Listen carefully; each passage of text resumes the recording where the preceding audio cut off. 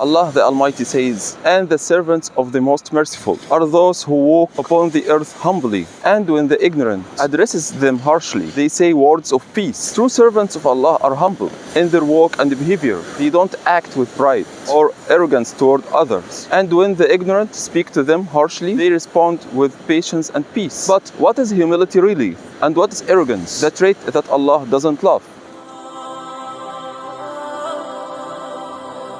Welcome to Islam Shore YouTube channel. I am Amr Abu Rafa, and today inshallah we will talk about another trait of true believers, that they are humble and never arrogant. Humility means knowing your true worth and treating people without pride or contempt. It means seeing yourself as a servant of Allah, just like everyone else, no matter how much knowledge, wealth, or status you have. The humble person is the one who sees himself as less than the blessing Allah has given him, and so he never becomes proud of it. So what are the signs of humility? He listens to advice and accepts it, even from simple people. He thanks Allah for his blessings without showing off.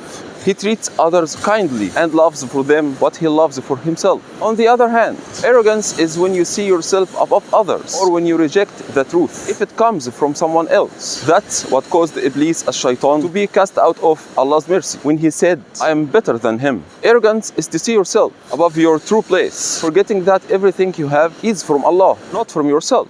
Allah the Almighty says, "Indeed, He doesn't like the arrogant." Allah doesn't love the arrogant because arrogance contradicts true faith, which is built on submission and humility before Him. So what are the signs of arrogance? He refuses advice or to admit his mistakes. He looks down on others or mocks them. He boasts about his blessings as if they came from his own effort. The most beautiful example of humility is in the life of our beloved Prophet Muhammad, prayers and peace be upon him, the greatest of all people and the closest to Allah. Yet he lived with amazing simplicity and modesty. Anas ibn Malik, may Allah be pleased with him, said, "The Prophet, prayers and peace be upon him, used to sit among his companions. A stranger would come and not know which one of them was the Prophet until he asked, 'Which of you is Muhammad?' He had no special seat or throne. He would sit humbly among his companions as one of them." Another moment of humility, when the Prophet, prayers and peace be upon him, entered Mecca on the day of its conquest. His head was lowered in humility before Allah until his beard almost touched the back of his mount. After defeating all who had opposed him, he didn't enter Mecca proudly, but humbly thanking Allah for his victory. And there are many more examples if you wish to explore. In the end, a humble believer knows his worth without raising himself above others. And a true believer is never arrogant. He sees all people as his brothers and sisters in humanity, all servants of Allah, just like himself.